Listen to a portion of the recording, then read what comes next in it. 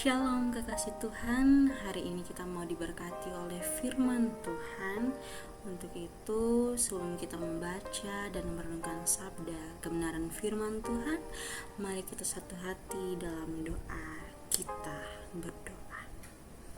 Allah Bapa dalam kerajaan surga, terima kasih Tuhan Yesus atas cinta kasih penyertaan-Mu dalam kehidupan kami setiap hari ya Bapa. Kami bersyukur karena Tuhan masih memberkati, menyayangi, memelihara setiap kehidupan kami ya Bapa. Kini tiba saatnya kami akan membaca dan merenungkan sabda kebenaran firman-Mu. Biarlah firman-Mu dapat menyentuh setiap pribadi kami, agar kami dapat melakukannya dalam kehidupan kami setiap hari. Berfirmanlah kepada kami ya Bapa, karena kami telah siap untuk membaca dan merenungkan sabda kebenaran firman-Mu. Amin. Firman Tuhan yang akan kita baca pada saat ini terambil dalam Galatia pasal 2 ayat yang ke-20. Saya bacakan untuk kita semua. Galatia pasal 2 ayat yang ke-20. Namun aku hidup, tetapi bukan lagi aku sendiri yang hidup, melainkan Kristus yang hidup di dalam aku. Dan hidupku yang kuhidupi sekarang di dalam daging adalah hidup oleh iman dalam Anak Allah yang telah mengasihi aku dan menyerahkan dirinya untuk aku. Demikian sabda kebenaran firman Tuhan. Biarlah setiap kita yang membaca dan merenungkannya dapat kita pelihara dalam kehidupan kita setiap hari. Shalom. Sekali lagi shalom kekasih Tuhan. Semoga kita selalu ada dalam kerinduan mendengarkan firman Tuhan ya. Tema kita hari ini sangat menarik. YOLO, you only live once. Di masa pengenalan diri kita, terkadang kita ingin menikmati dan menjalani hidup kita sesuai dengan kehendak hati kita. Ada banyak cara untuk kita lakukan dalam memenuhi pencarian identitas diri kita sebagai seorang remaja. Firman Tuhan yang kita baca jelas menegaskan tentang bagaimana kita menerima Kristus dalam hidup kita. Nah, tema kita hari ini yaitu YOLO, you only live once. Pasti di era sekarang istilah ini sudah tidak asing lagi, bukan? Istilah YOLO yang berarti kamu hanya hidup sekali. Saya ulangi, kamu hanya hidup sekali. Istilah ini memiliki dua dampak, ada positif, ada juga negatifnya. Kita mulai dari negatifnya, adalah kita sering melakukan hal-hal yang tidak semestinya kita lakukan dan menjadikan itu sebagai sebuah pembenaran diri. Contoh kecilnya, kita sering main game sampai lupa waktu, kita jarang sekali untuk berdoa, kita sering melakukan pembulian kepada teman sebaya kita, dan menjadikan itu sebagai sebuah candaan setiap hari yang kita rasa itu tidak menyakiti. Padahal yang kita tahu bahwa itu menyakiti, itu melakukan pembulian itu merusak gambar dan rupa Allah, dan tentunya secara manusiawi dapat merusak mental teman kita. Positifnya adalah kita melakukan afirmasi diri. Kita ingin berkembang, berubah menjadi pribadi yang lebih baik dalam kesempatan yang Tuhan Yesus berikan kepada kita. Contoh kecil, dalam masa remaja beranjak dewasa, kita pergunakan untuk membantu pelayanan di gereja, jujur dalam mengerjakan ujian di sekolah, saling mendukung dan mendoakan teman sebaya kita, dan hal-hal baik lainnya.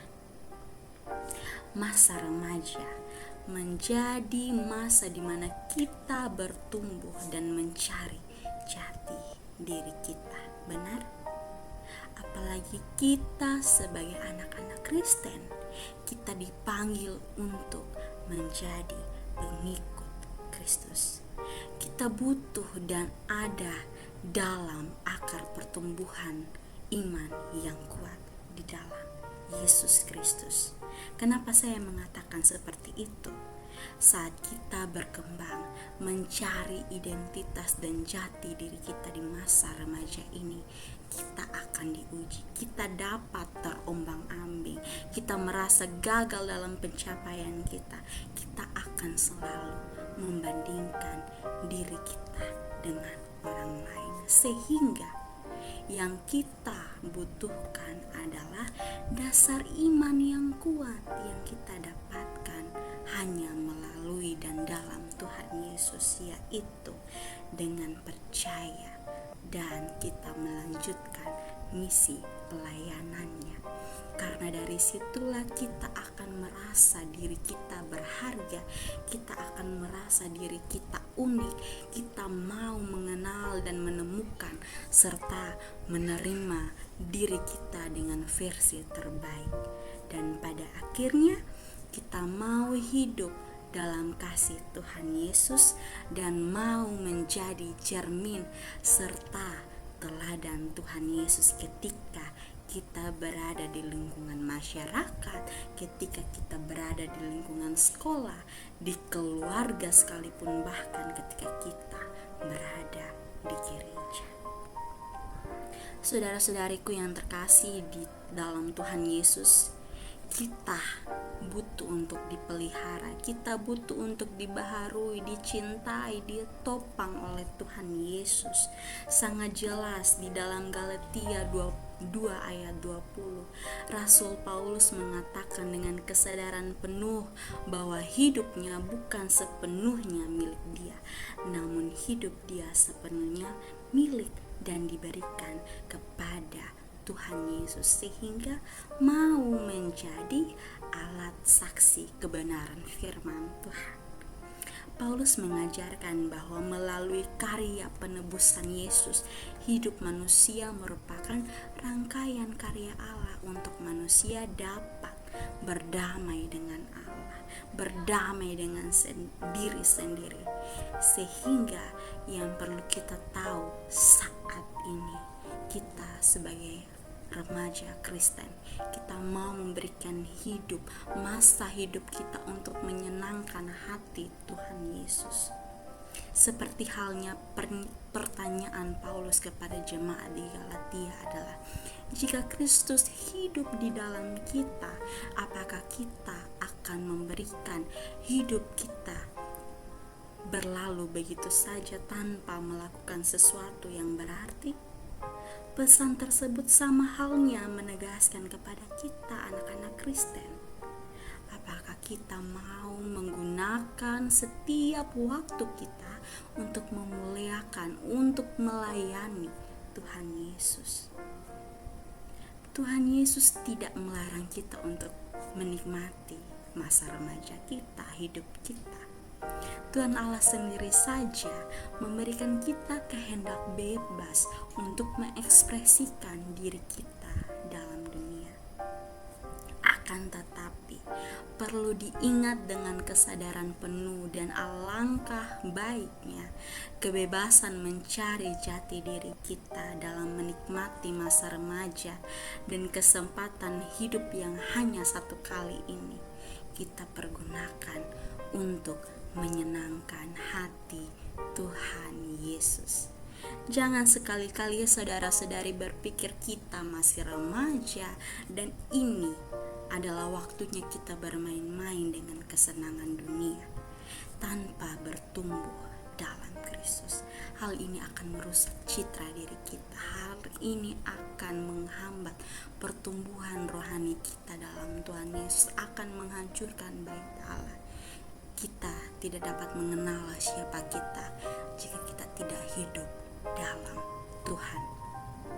Saudara-saudari yang terkasih dalam Tuhan Yesus, terdapat dua hal penting yang perlu kita belajar saat ini. Yang pertama, menjadikan waktu masa remaja sebagai wadah untuk belajar melayani Tuhan Yesus. Masa remaja menjadi waktu yang sangat penting untuk kita menetapkan tujuan hidup kita dan membentuk karakter kita. Dengan belajar melayani Tuhan Yesus, kita dapat membentuk karakter yang kuat seperti kasih, kesabaran, dan kejujuran. Belajar melayani Tuhan Yesus dalam masa remaja adalah keputusan yang sangat bijak. Kita sebagai anak-anak remaja pasti melakukan hal itu menjadi sebuah keputusan yang bijak. Kita dapat belajar melayani untuk mengembangkan potensi kita, karakter kita bisa di mana saja, saudara-saudara. Seperti di gereja, melayani dengan bakat yang kita miliki, rajin berdoa, membaca Alkitab, mendoakan orang lain, melayani orang lain.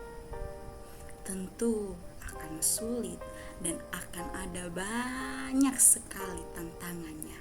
Namun ketika kita menetapkan hidup kita untuk melayani, maka Tuhan Yesus tidak akan membuat kita berjalan dan berpikir sendirian. Tuhan Yesus akan menopang kita untuk menjadi anak-anak yang berdampak dalam Kristus di tengah dunia.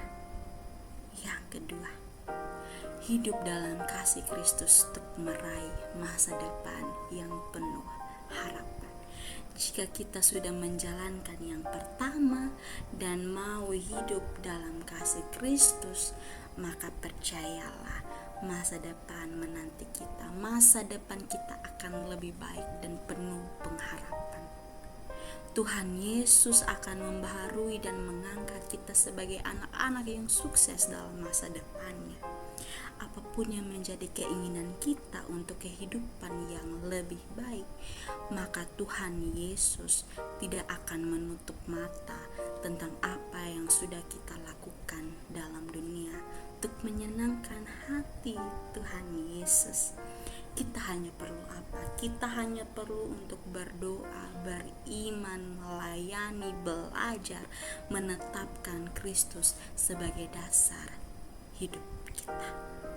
Jangan ragu akan masa depan saudara-saudari yang terkasih, karena akan tersedia bagi setiap kita yang hidup dalam kasih Kristus. Saudara-saudariku yang terkasih dalam Tuhan Yesus, you only live once. Ingat, hidup dan waktu adalah dua guru terbaik.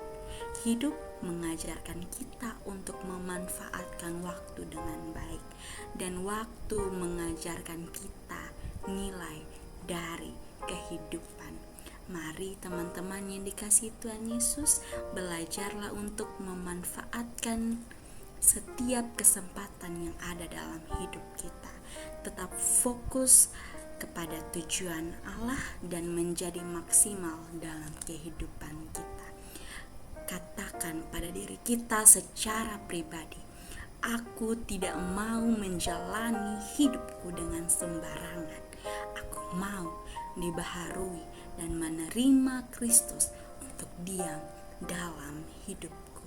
Kiranya firman Tuhan hari ini dapat memberikan kita anugerah, kekuatan, dan pengharapan yang baru setiap hari. Amin. Mari kita satu hati dalam doa, kita berdoa. Bapa yang maha baik, Bapa yang maha mulia, terima kasih untuk firman-Mu yang begitu memberkati setiap kami ya Bapa. Biarlah ya Tuhan masa remaja kami, hidup kami persembahkan hanya untuk memuliakan nama Tuhan Yesus. Baharui hidup kami untuk menjadi layak di hadapan hadirat-Mu ya Bapa. Amin.